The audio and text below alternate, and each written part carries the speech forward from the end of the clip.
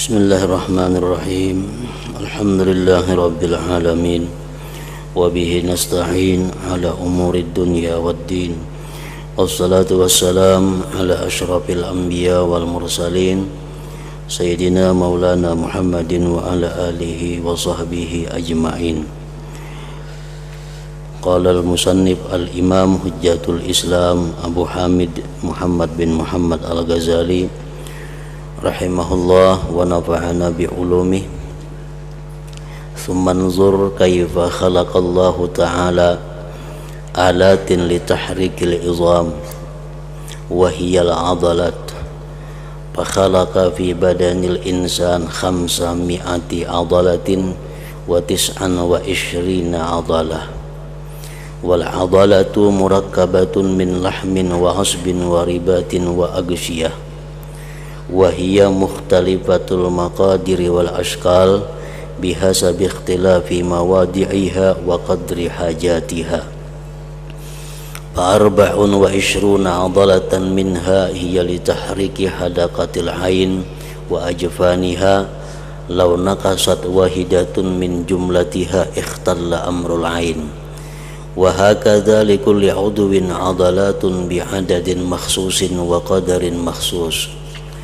Wa amrul a'sab wal 'uruq wal awridati wasyarayin wa adaduha wa manabituha wa nasyihabatuha a'jabu min hadza kullihi wa syarhuhu yatul balil fikri majalun bi ahadi hadhil ajza thumma bi ahadi hadhil a'dha thumma fi jumlatil badan fa kullu dhalik nazarun ila ajaibi ajsamil badan wa ajaibul ma'ani wasifat allati la tudraku bi hawas a'zam ila akhir. Makna daripada kalam al-imam hujjatul islam al-Ghazali rahimahullah wa nafa'ana bi ulumih. Kemudian pikirkanlah, renungkanlah bagaimana Allah Ta'ala menciptakan alat-alat untuk menggerakkan tulang-tulang.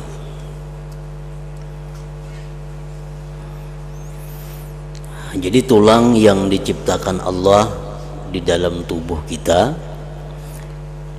itu bukan mati, artinya kaku, tetapi tulang-tulang itu dia bergerak, digerakkan oleh alat-alat, yaitu namanya adalah utut-utut. Nah, jadi Allah menciptakan utut-utut yang ada di tubuh kita itu untuk menggerakkan tulang-tulang, sehingga kita bisa berbungkuk, sehingga kita bisa memiringkan badan ke kiri ke kanan. Itu adalah akibat daripada gerakan utut-utut tadi, yang mana menjadi alat untuk menggerakkan tulang-tulang yang ada di dalam tubuh. Maka dia Allah subhanahu wa ta'ala menciptakan dalam badan manusia 529 utut.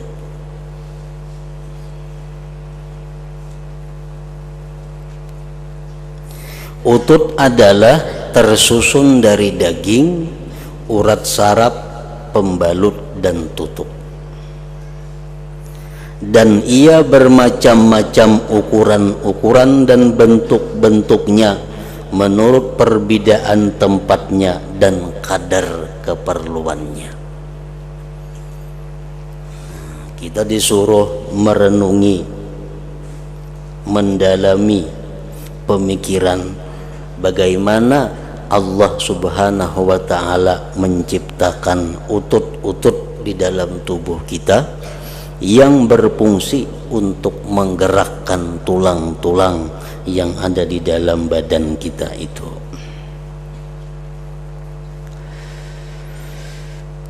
Jadi dari kepala sampai kaki jumlah utut yang diciptakan Allah 529 utut.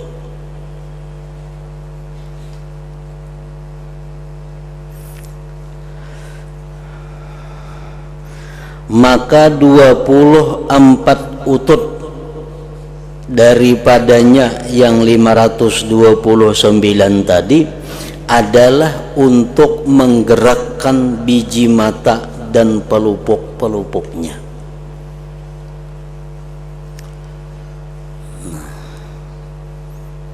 Jadi mata kita yang bisa bergerak ke kiri, ke atas, ke kanan, ke belakang,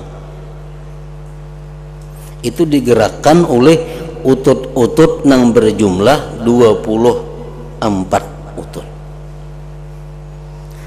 Jikalau kurang satu utut dari keseluruhannya, niscaya cedera urusan mata. Andai kata kurang daripada 24 utut, maka mata kita ini kada sesuai lagi gerakannya daripada yang semestinya. Bisa kita jangan ke kanan, matanya ke kiri. Apabila utut-ututnya itu sudah kada pas lagi daripada 24 utut yang menggerakkan biji mata dan pelupuk-pelupuknya itu.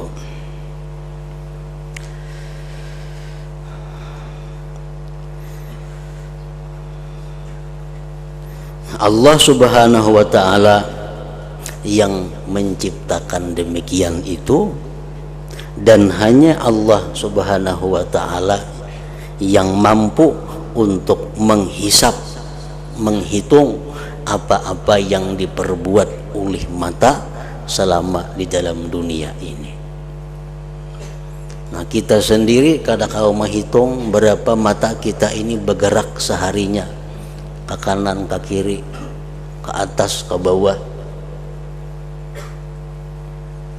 karena kita kadang menciptakan mata itu.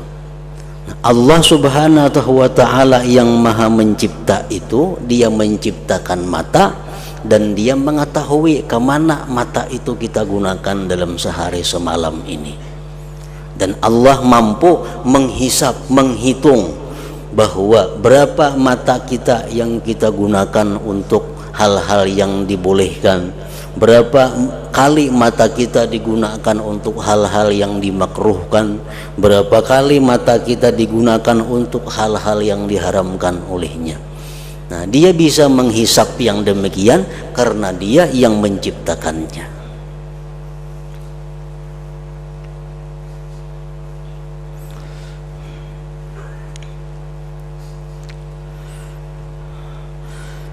Demikianlah bagi setiap anggota badan mempunyai utut-utut dengan bilangan tertentu dan kadar yang tertentu.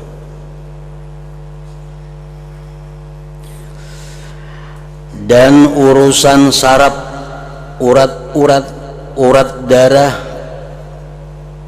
urat-urat yang mengalir padanya darah merah, jumlahnya, tempat tumbuhnya, bercabang-cabangnya, itu lebih menakjubkan daripada ini semuanya. Berapa jumlah urat saraf?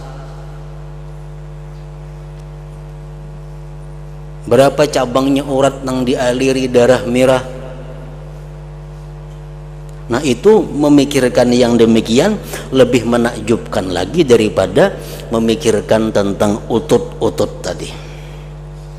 Dan semakin dalam pemikiran kita kepada apa yang diciptakan Allah, dan semakin kita takjub kepada apa yang diciptakan Allah, maka tentu pahala yang diberikan Allah lebih besar. Kita memikirkan sesuatu lalu kita takjub, kita dalami lagi pemikiran itu lalu lebih menakjubkan lagi. Kita dalami lagi pemikiran tentang tubuh kita umpamanya lebih menakjubkan lagi. Nah, semakin menakjubkan itu, semakin berlipat ganda pahala yang diberikan Allah Subhanahu wa taala.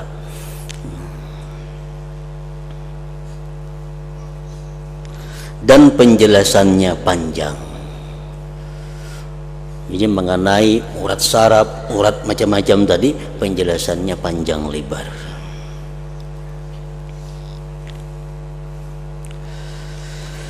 Maka bagi pikiran, bagi perenungan, ada jalan pada masing-masing bagian-bagian ini. Artinya kalau kita mau tafakkur, kalau kita mau merenungi, maka di dalam tubuh kita ini banyak jalan untuk ditafakuri. Asalkan kita ada kemauan untuk merenung, maka di dalam tubuh kita banyak jalan untuk mendapatkan renungan-renungan itu. Nah, maka bagi pikiran ada jalan pada masing-masing bagian-bagian ini. Kemudian pada keseluruhan badan, maka semua yang demikian itu adalah pemikiran pada keajaiban-keajaiban bentuk-bentuk badan dan keajaiban-keajaiban ma'ani, makna-makna dan sifat-sifat yang tidak dapat diketahui dengan panca indera, itu lebih menakjubkan lagi. Jadi di dalam tubuh kita ini ciptaan-ciptaan Allah yang dapat dilihat dengan panca indera itu sudah menakjubkan. Tetapi yang kada bisa dilihat dengan panca indera namun dirasakan itu ada, itu lebih menakjubkan lagi.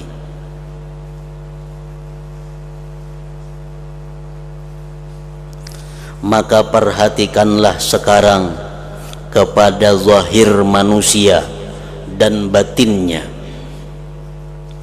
kepada badannya dan sifatnya, maka kamu dapat melihat dengannya daripada keajaiban-keajaiban dan ciptaan yang menuntut keajaiban. Dan semua yang demikian itu adalah ciptaan Allah pada setitis air kotor. Artinya semuaan itu berasal manusia tadi daripada setitis air mani, namun menimbulkan berbagai macam keajaiban-keajaiban dari setitis air mani itu. Itulah menunjukkan kemahakuasaan daripada Allah Subhanahu wa ta'ala. Maka kamu dapat melihat dari ini akan ciptaannya pada setitis air. Dari setitis air mani tercipta manusia.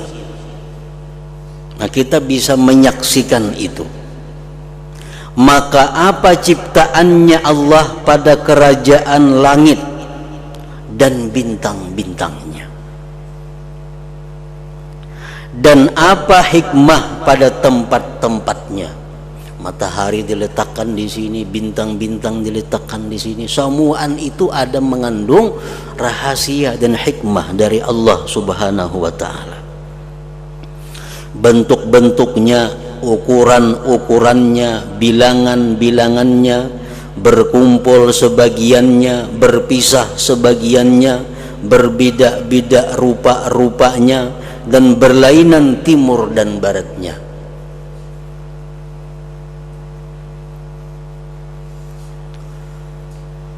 Maka janganlah kamu mengira bahwa satu zarrah, satu biji yang sangat kecil pun dari kerajaan langit itu terlepas dari hikmah dan hukum Allah Subhanahu wa ta'ala.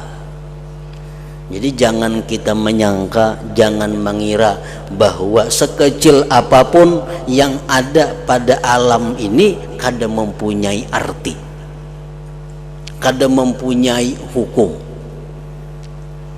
Allah Subhanahu wa ta'ala menciptakan menciptakan sesuatu pasti ada hikmah di dalamnya dan ada hukum yang terkandung di dalamnya. Itu dijelaskan oleh Al-Quran. Wa ma khalaqnas sama wal arda wa ma bainahuma batila. Tidaklah kami menciptakan langit, bumi dan isinya batila, tidak bermakna. Nah, jadi itu satu kewajiban yang kita i'tikadkan, bahwa sekecil apapun yang ada di bumi ini itu pasti ada mengandung rahasia, pasti ada mengandung hukum, ada terlepas daripada hukum.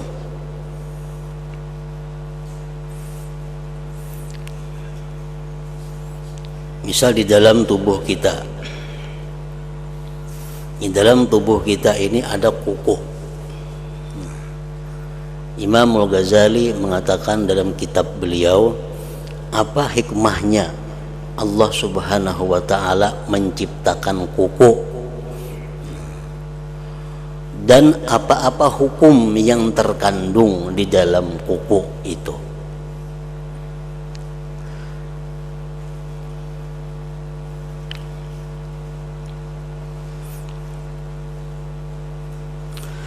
Pertama, ujar Sidin menyebutkan kuku itu hikmahnya adalah lizinah, untuk perhiasan.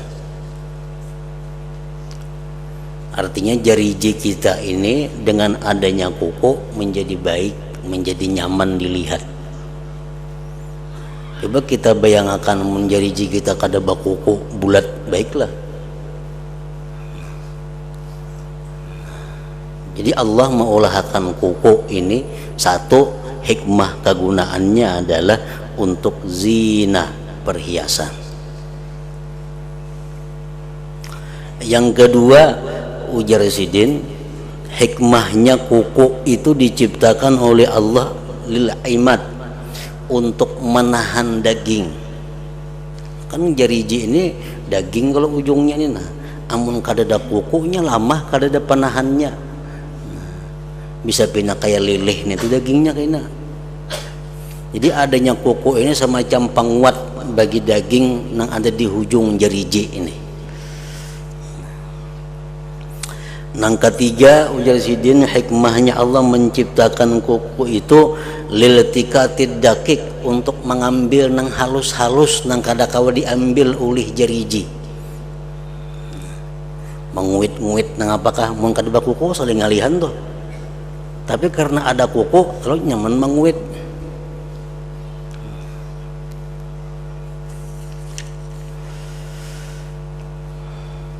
Yang keempat, hikmahnya kuku napa? Lil haqqi, untuk menggaru.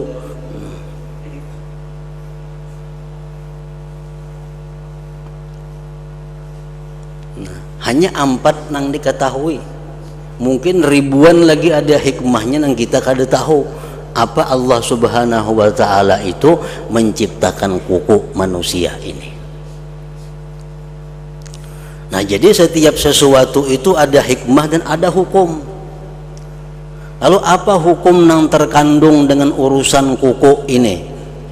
Pertama, kuku itu sunat dipotong selambat-lambatnya dalam 40 hari sekali. Nah, ada hukumnya.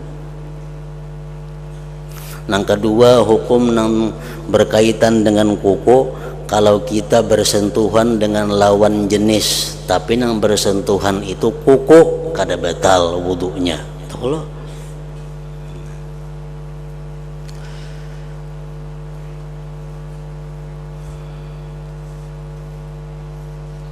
Nah, orang yang dalam keadaan hadas besar dianjurkan untuk jangan memotong kuku sebelum dia mandi merangkatkan hadas besar. Nah, hukum kuku. Orang yang sedang ihram kada dibolehkan memotong kuku. Nah, jadi kuku nang sedemikian halus ini banyak hikmah di dalamnya dan banyak hukum nang dipelajari berkaitan masalah kuku itu. Makanya tadi Allah Subhanahu wa ta'ala tidak menjadikan langit, bumi dan isinya ini sia-sia. Semuaan di dalamnya ada hikmah dan ada hukum. Itu contoh yang ada di badan kita. Kemudian lagi contoh yang di luar badan kita, macam kerikil, batu halus. Kegunaan batu halus sudah nyata banyak kita ketahui, sagan itu, sagan ini, sagan ini. Allah ciptakan batu yang halus, kerikil. Nah, dari batu kerikil itu banyak timbul hukum. Satu, dari batu kerikil itu timbul hukum istinja. Istinja itu sah dengan 3 biji batu. Yang kedua, orang melontar jamrah tidak sah kalau tidak dengan batu. Orang melontar jamrah kada sah bila kada lawan batu. Yang ketiga, contohnya lagi hukum yang berkaitan dengan batu itu, orang yang melakukan perzinahan dia akan dirajam, dilimpari dengan batu. Batu-batu yang ada di tanah haram kada boleh dibawa ke tanah halal. Nah, itu hukum-hukum yang berkaitan dengan batu. Walhasil semua yang diciptakan Allah itu pasti ada Allah mengulhakan hukum-hukumnya, dan Allah menyimpan rahasia-rahasia, kegunaan-kegunaan yang ada di dalam ciptaannya tadi. Makanya kita dianjurkan setiap kali kita melihat sesuatu yang diciptakan oleh Allah Subhanahu wa ta'ala, kita diperintahkan, dianjurkan untuk mengatakan sekurang-kurangnya di dalam hati kita, Rabbana ma khalaqta hadza batila subhanaka faqina adzabannar. Rabbana ma khalaqta hadza batila subhanaka faqina adzabannar. Melihat nang apa nang pina aneh-aneh, melihat nang pina ganjil-ganjil, melihat nang pina kecil kada ada manfaatnya menurut penglihatan kita, tapi kita disuruh mengata Rabbana ma khalaqta hadza batila subhanaka faqina adzabannar. Rabbana, hai Tuhan kami, ma khalaqta hadza batila, tidaklah engkau menciptakan ini sia-sia. Pasti ada hikmahnya, pasti ada hukumnya. Subhanaka, maha suci engkau daripada memperbuat sesuatu yang sia-sia. Maha suci engkau daripada menciptakan sesuatu yang tidak mengandung manfaat, tidak mengandung hikmah. Faqina adzabannar, maka hindarkanlah kami daripada azab neraka. Melihat di tubuh kita umpamanya hal-hal yang kadang menyenangkan kita, melihat bisul di awak kita sakit dan kada baik, tapi hendaknya kita tetap mengucapkan Rabbana ma khalaqta hadza batila, wahai Tuhan, engkau tidak sia-sia menciptakan bisulnya, pasti ada rahasianya nang apa.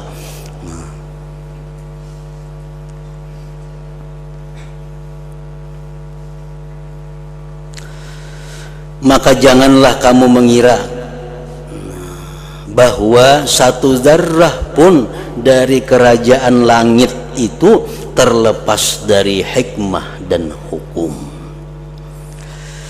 Bahkan kerajaan langit itu adalah ciptaan yang paling sempurna dan bikinan yang paling teliti, dan lebih mengumpulkan keajaiban-keajaiban daripada badan manusia. Benda-benda langit itu lebih menakjubkan daripada apa yang ada di badan manusia. Bahkan tidak ada bandingan bagi semua yang di bumi kepada keajaiban-keajaiban langit.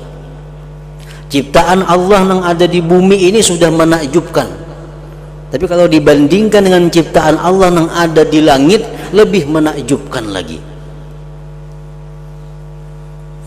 Karena itulah Allah Ta'ala berfirman, A'antum asyaddu khalqan amis sama'u banaha rafa'a samkaha fasawwaha wa aghtasha laylaha wa akhraja duhaha.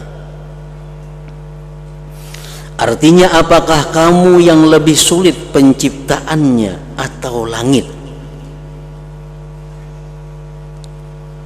Mana sulitnya secara penglihatan kita membikin manusia daripada membikin langit? Apakah kamu yang lebih sulit penciptaannya atau langit?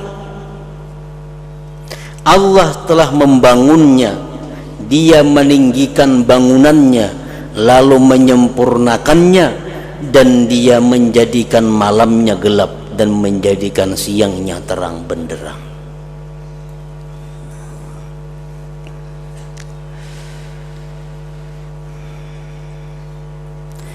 Maka kembalilah sekarang kepada air mani tadi, dan pikirkanlah, renungkanlah keadaannya pertama-tama.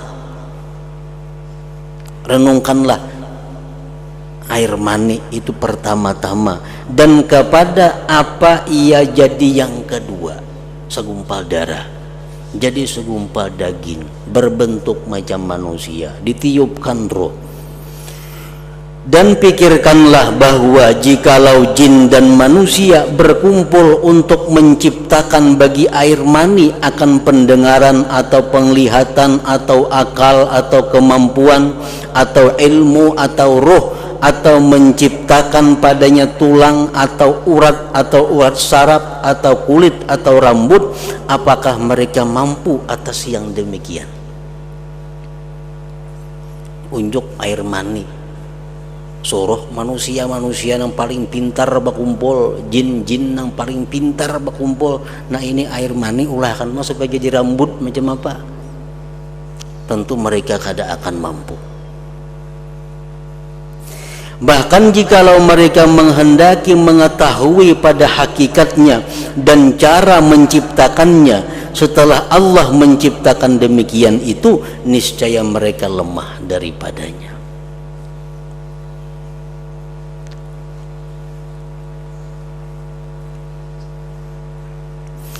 Maka yang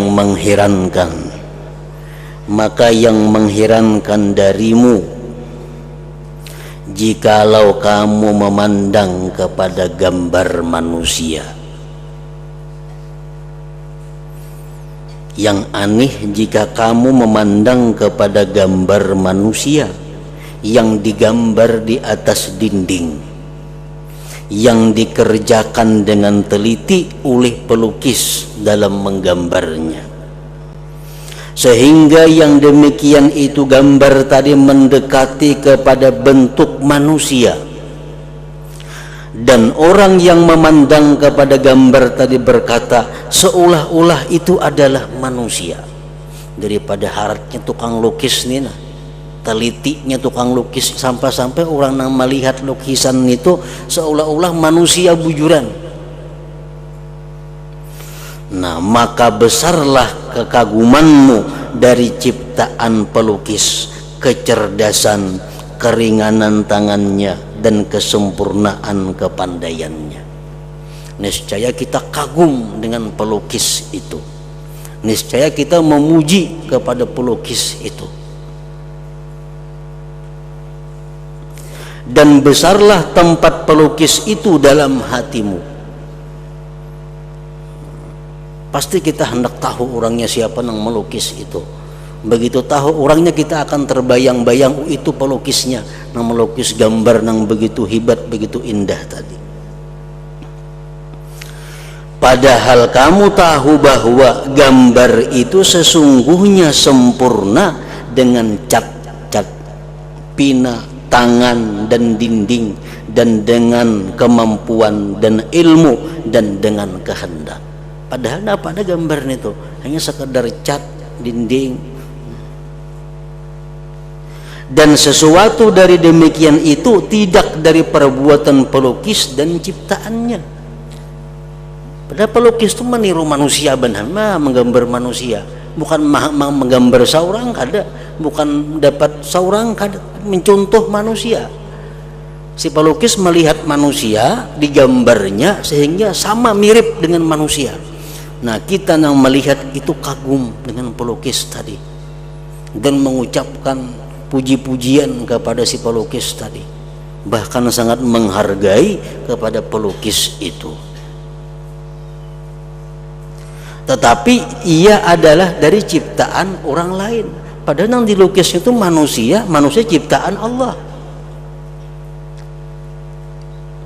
Dan hanya saja puncak perbuatan pelukis adalah mengumpulkan di antara cat-cat dan dinding atas susunan tertentu, maka banyaklah kekagumanmu kepadanya dan kamu memandang besar kepadanya pelukis tadi. Nah, ini menunjukkan bahwa mata hati kita kada sampai kepada apa yang sebenarnya. Nah, mata hati kita hanya melihat sesuatu yang zahir, melihat sesuatu yang hanya dilihat oleh mata. Padahal ajaran Allah Subhanahu wa ta'ala menghendaki, ajaran Allah memerintahkan agar kita melihat sesuatu yang ajaib, sesuatu yang mengagumkan, bahwa kita itu kembali kepada Allah Subhanahu wa ta'ala, Sang Maha Pencipta yang sebenarnya. Nah, itu yang dikehendaki Allah. Tapi karena kekurangan ilmu daripada kita, kekurangan pelajaran daripada kita, kekurangan siraman rohani daripada kita, sehingga kita selalu terpaku sampai pada zahir sesuatu, sampai kepada kulit sesuatu.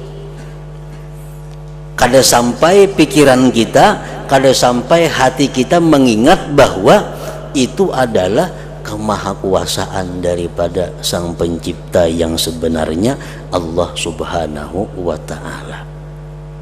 Nah, itulah gunanya ilmu-ilmu, khususnya ilmu-ilmu yang bersangkutan dengan ilmu tauhid, ilmu tasawuf. Kita disuruh belajar, disuruh menuntut, supaya apa? Supaya kita bila melihat sesuatu, kita melihat sampai ke akar-akarnya. Kita melihat sesuatu, kita melihat sampai ke dalam-dalamnya, sehingga kita ingat bahwa itu adalah berasal daripada Allah Subhanahu wa ta'ala. Nah, itu yang dimaksud dengan kita supaya memperbanyak zikir. La ilaha illallah. Allah memuji dalam Al-Quran dalam banyak ayat bahwa beruntung orang-orang yang banyak zikir. Orang yang berimanlah yang banyak zikirnya. Kenapa? Karena dengan zikir yang benar kita akan bisa mengamalkan, kita akan bisa mempraktikkan bahwa apabila kita melihat sesuatu itu, kita melihat kepada Pencipta yang sebenarnya, Allah Subhanahu wa ta'ala. Nah, contohnya kita berzikir la ilaha illallah. Nah, di dalam hati kita apa?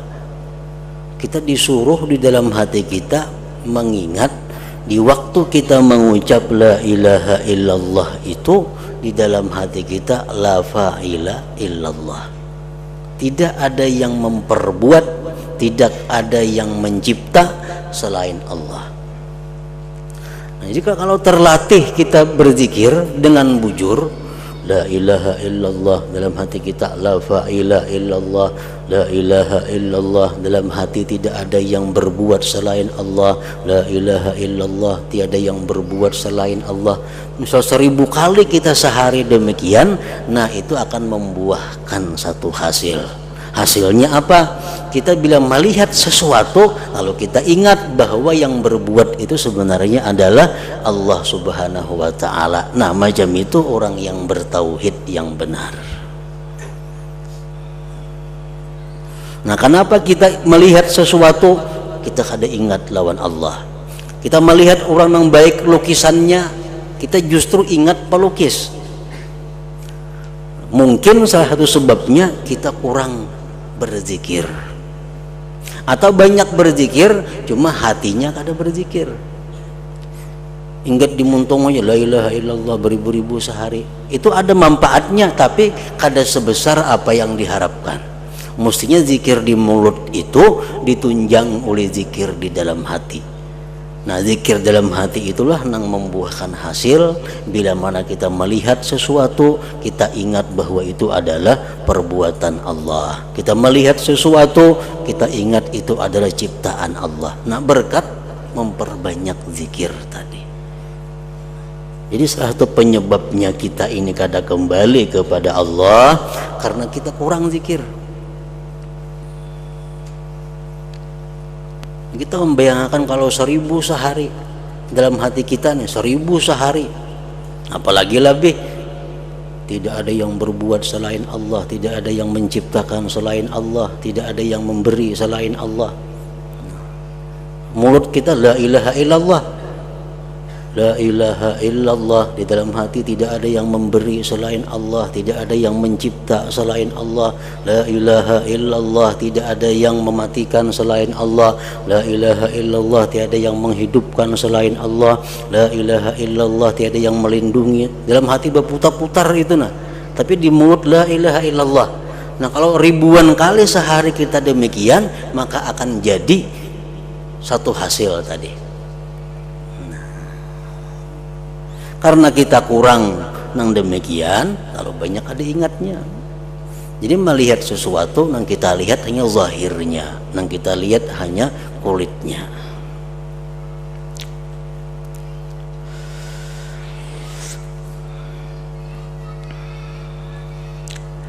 Dan kamu melihat air mani yang kotor itu semula tidak ada,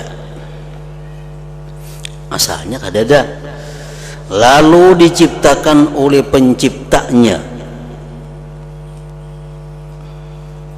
pada sulbi laki-laki dan tulang dada perempuan.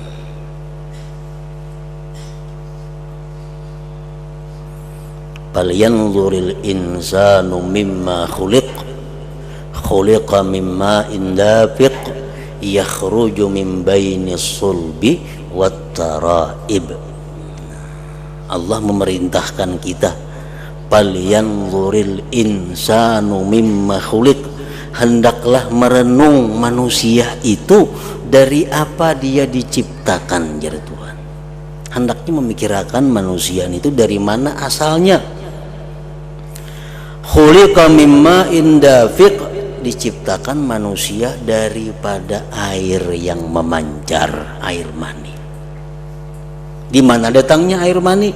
Yakhruju min baini sulbi wat taraib, keluar daripada sulbinya laki-laki dan tulang dadanya perempuan.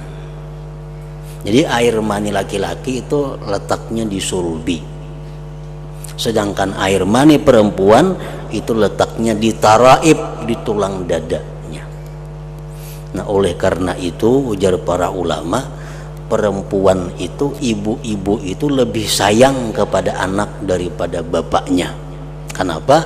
Karena air mani perempuan itu di dada, parak lawan hati hendaknya, sedangkan air mani laki-laki di sulbi, jauh mendubakilan pada hati.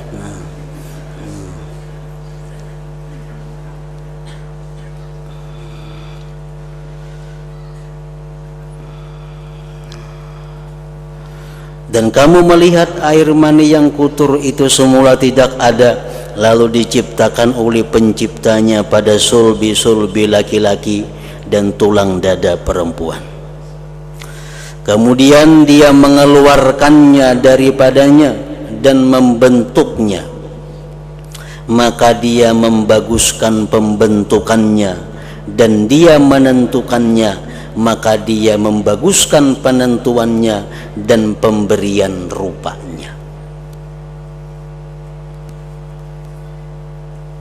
Jadi manusia, bagaimanapun jeleknya manusia itu sudah lebih baik daripada hewan-hewan yang lainnya. Manusia bagian daripada hewan, manusia bagian daripada binatang. Paling bungas binatang manusia.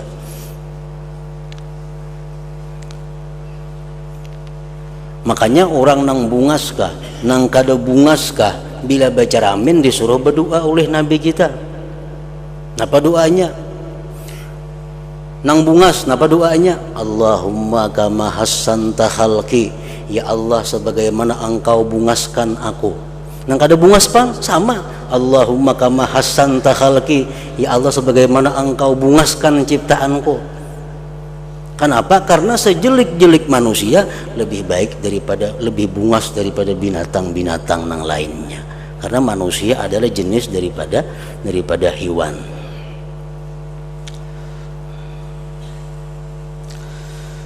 Maka dia membaguskan pembentukannya dan dia menentukannya, maka dia membaguskan penentuannya dan pemberian rupanya. Nah, ingat situ, dan dia membagi bagiannya yang menyerupai kepada bagian-bagian yang bermacam-macam.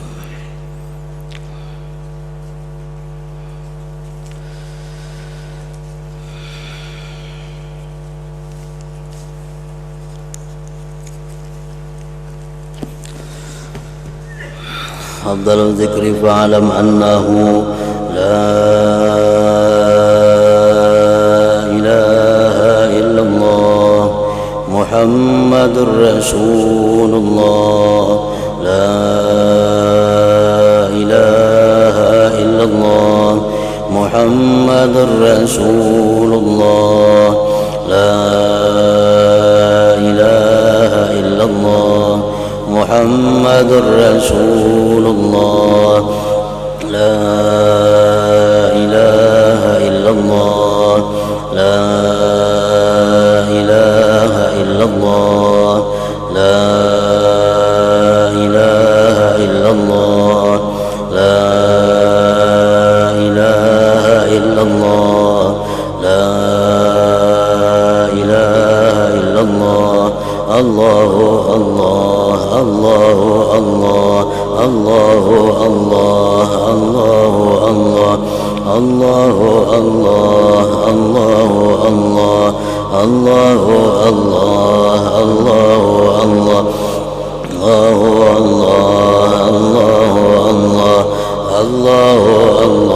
الله الله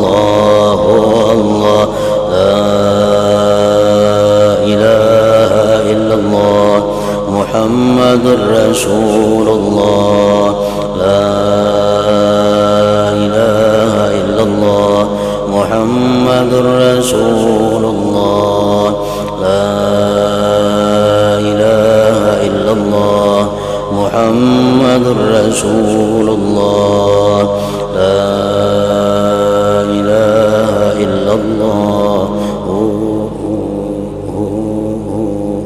الفاتحة. إياك نعبد صراط الذين فيا أيها الراجون منه شفاعة صلوا عليه وسلموا تسليما اللهم صل وسلم